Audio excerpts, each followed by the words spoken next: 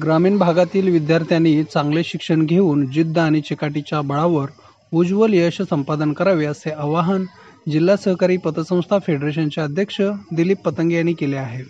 दक्षिण सोलापूर तालुक्यातील इंगळगीतील मातोश्री कैलासवासी शांताबाई हातुरे महिला ग्रामीण बिगर शेती सहकारी पतसंस्थेच्या द्वितीय वर्धापन दिनानिमित्त गुणवंत शालेय विद्यार्थ्यांचा रोख पारितोषिक देऊन त्यांचा सन्मान करण्यात आला।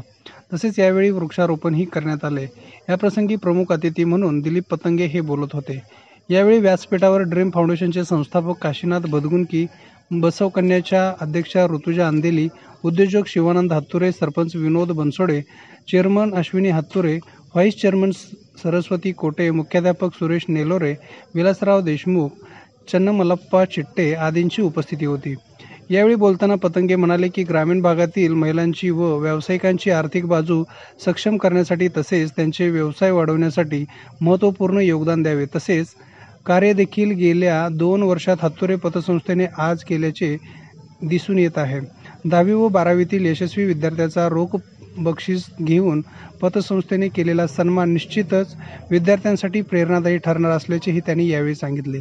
यावेळी बदगुंकी यांनी करिअरवर मार्गदर्शन करताना विद्यार्थ्यांनी चांगले उच्च शिक्षण घेऊन मोठे व्हावे तसेच आई वडील आणि गावाचे नाव रोशन करावे असे आवाहन केले।